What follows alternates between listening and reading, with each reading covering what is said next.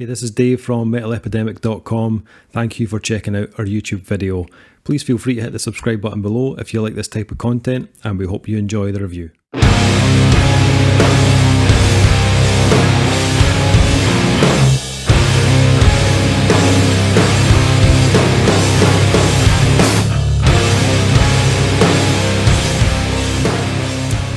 What is up? Dave, Duncan, Kyle, back for Metal Epidemic for another album review. This album review could be interesting. We've been checking out the new album from Seattle post-hardcore sludge collective Heiress. The band's new album could be interesting. It's like as a way, is like you're taunting the listeners. Teasing. Might not be interesting. Could be. I mean, might not be. You decide. And then what we want is your rating of our review. Out of 5 at Don't the do that, Duncan. And a Don't put that out reaction video. there. I want a reaction video to us reviewing this, where at the end the wee circle comes up saying, you know, fucking Steve gives it a 4 out of 5.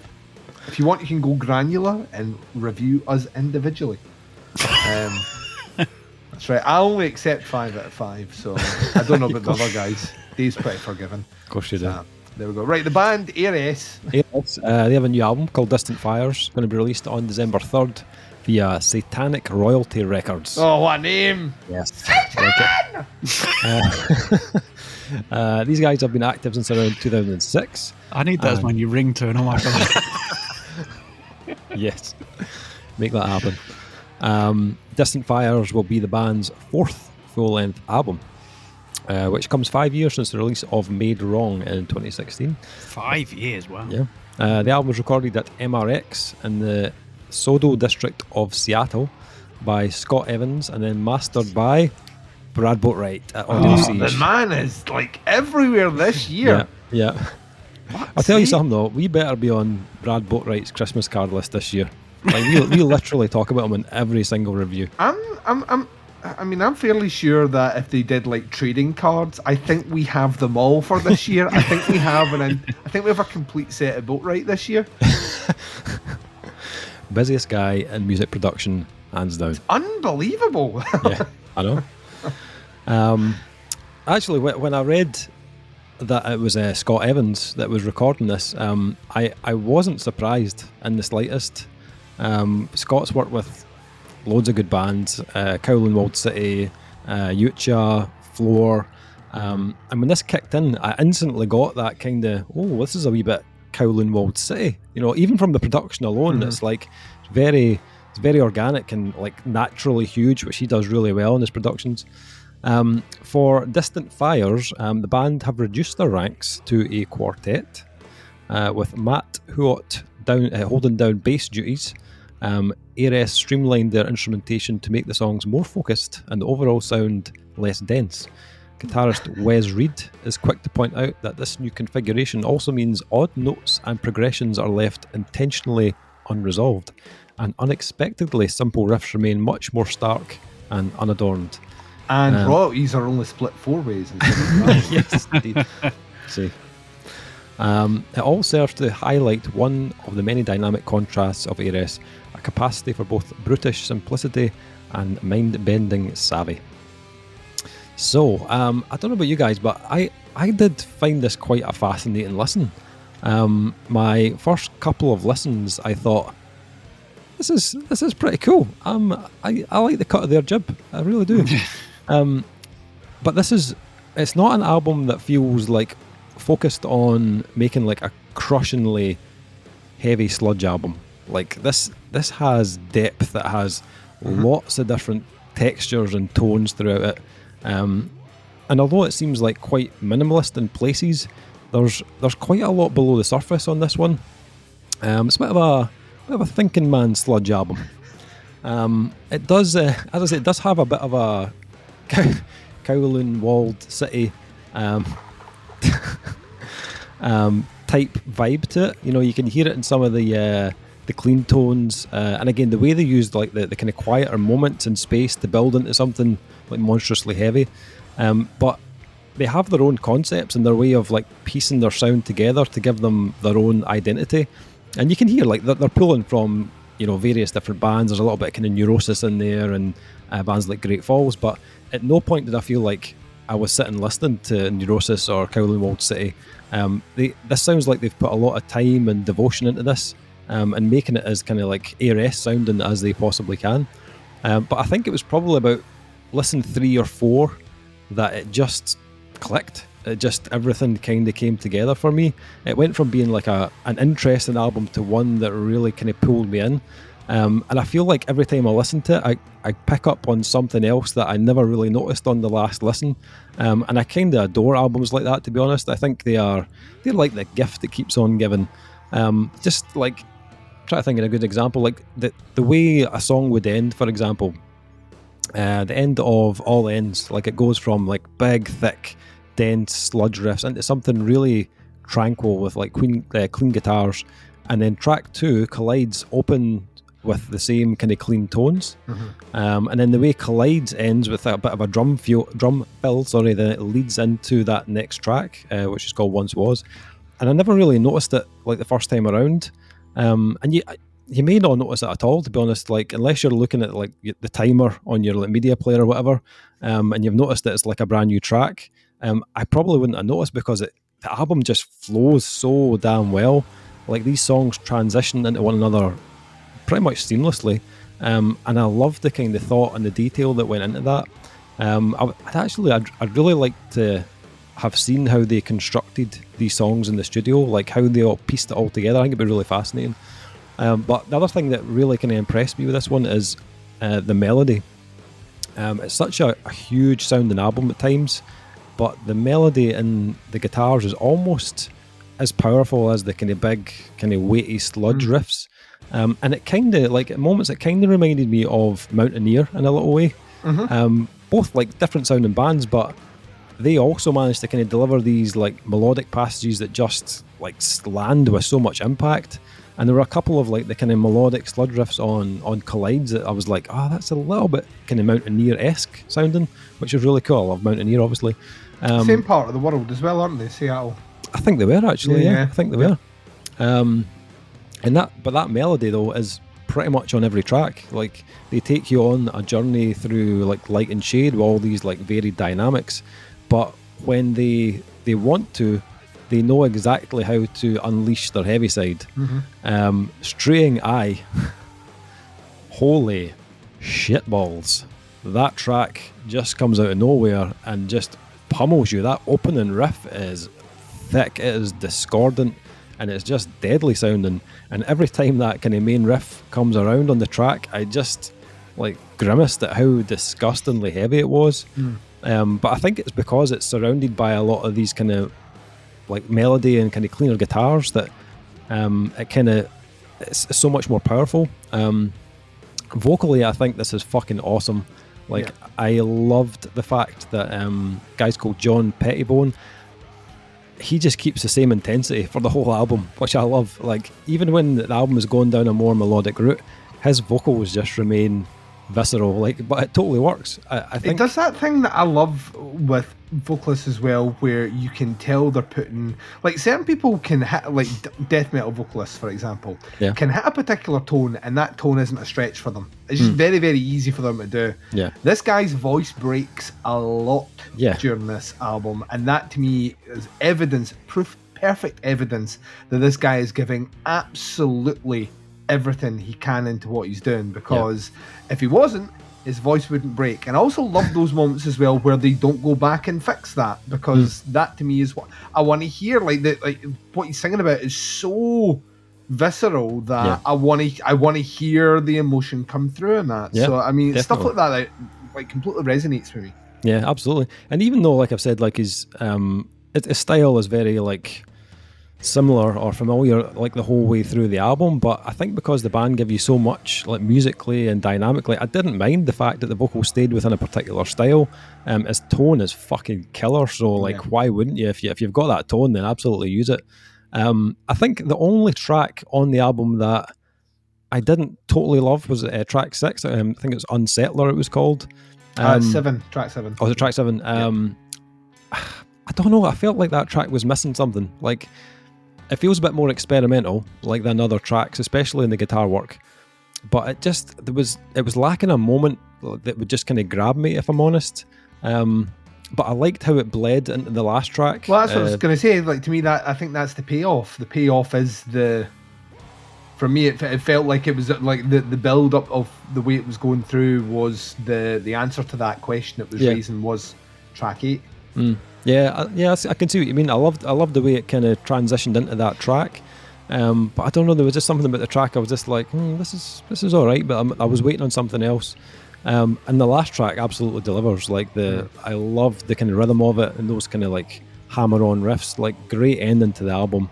This was brilliant. I really enjoyed this. Heiress weren't a band that I was overly familiar with, but I am totally converted by this album. I think this is an album you'll get more out of the more time you give it. And I found it more impressive with each listen. And that production is flawless. Like Scott Evans has outdone himself on this one. I absolutely love the sound of it. What about you guys? Duncan, what are you thinking? Oh, this is an album made for me. Oh, I mean, nice. this exists in that bubble of bands, that sound, that style, and that kind of intensity that I love. There's shades of Will Haven in here. There's shades of 12 Tribes in here, specifically vocally. He's got a big. In fact, if anything, they're like a slow 12 Tribes. It reminded me at times of Stake Number 8, who I think are now just called Stake. Yeah. It reminded me of that, and that was a band that, like, on first listen way back in the day when that came in, that was like that. Oh yeah, these guys are fucking excellent. And Heiress are the same. Like I got this first time through. Like first time, by the time it finished, I was like that. Well, this is fucking awesome. And it's been a pleasure listening to it every time since. And you are right. You can pick out. There's a reward to revisit this. Yeah. Specifically in the nuance that's in the album, like, and it is heavily nuanced, which I enjoy. The bleed in between tracks, that kind of was interesting because, like, obviously I had the 12 Tribes things in my head, and I remember they released that album on Roadrunner. I think it's track 2 and 3 that like are that they bleed in. I think there's a snare hits right at the end, and then the next song kicks in right on exactly the count of when it should, with the same tempo. And I love bands that do that, because that to me that shows like thought and composition to structure of an album, as opposed to we have 12 songs, front load the album with singles. I'm looking at you, Five Finger Death Punch.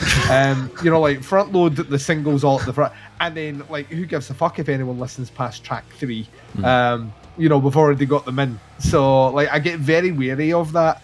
This has a through line which is excellent. The production is incredible. It's maybe for the genre that they're playing in, it's maybe one of the best productions I've heard in a long time, out with something like a Mountaineer, who once again was going through my head when I was listening to these guys, and they obviously mix a lot more in terms of kind of like that kind of shoegazy, like ambient, weird experimentational stuff, which isn't there, but the core fundamentals of what this band are doing are not dissimilar at all from what Mountaineer are doing. Vocally, you've mentioned it. I think this guy's vocals are great, and yet, even if it is within that one range, what it shows me is that one range is dexterous enough to fit in lots of different scenarios that the band put him in, and it hangs together. Like there's I think it might be on Stray Eye, or maybe on Quiet Tension, like either 5 or 6, where he just continually repeats the same phrase at the end, and it just keeps building, and the riffs are fucking crushing underneath it. And then it starts to all pull away, but he's still delivering this, and you can hear his voice is at the breaking point. He's not talking the following day. You know what I mean? He's taking a bad time out. And it's just like the fucking hairs on the back of my neck stood up. And every time I've revisited the album, it's done exactly the same spot. So it has a connection to me. I think like that Heiress are a band that I don't know about like at all. I weirdly got them muddled up with a band called Priestess, who sound fuck all like this. I was like, why are we reviewing Priestess? I'm in the mood for that. And I switched. This is not Priestess. This is Heiress. So I'd never heard of them before. What has kind of surprised me is they have as many albums as they have, because that does make me want to go back and revisit. But also the fact that this is them streamlining, consolidating, and kind of, you know, like doubling down and crafting a sound for this release. That like makes me wonder what the other stuff sounded like, you know, because this to me just organically sounds amazing. I just found this one across the board. Every little part was just perfect. And well, the track that number 7 didn't bother me. Unsettler to me just felt like it was like setting up. If it was setting up the question, survive and use the answer, and it's such a fucking great. The bands this year have really nailed the closing song. There's like so many bands this year when I'm like that. Well, that's the perfect closing track to your album. You know what I mean? Yeah. And that's the same here. Distant Fires is a fucking incredible album at a time where I don't need any more incredible albums because I'm trying to formulate an end of year list. So if bands could maybe just release something mediocre, I don't know, for the next month, I would appreciate it. But yeah, this is they call me a contender, Dave. This is a contender. Could have been a contender. This is definitely a contender. I thought this was fucking awesome. What was that accent? What was that? I believe it was Jamaican, Dave. Right. Nailed it. Cool. Nailed it. Jamaican Godfather. Oh, right. I'm with you now. Yeah, made him an offer he couldn't refuse. Yeah, I can hear it now. I know. Kyle, what do you think? I think you two are alone in that accent thing. I have no idea. That's because you're Norwegian. Yeah, You're not let's Norwegian, say that. but you are. I am, but I'm not. But I am, and also But not. you are. Yeah, no, this album is that bass tone, man. I can't get over it. That's the first thing I heard. It's the last thing I heard because it's all encompassing. I love it. It's one of those slow burn albums. You know, you listen to it a few times, you pick new stuff out, and it's interesting every time you listen to it. It doesn't get boring, even though a lot of the songs are quite slow in nature and down tempo and, you know, slow paced and stuff. But I think the word you're looking for is awesome. Yeah, absolutely awesome in every way.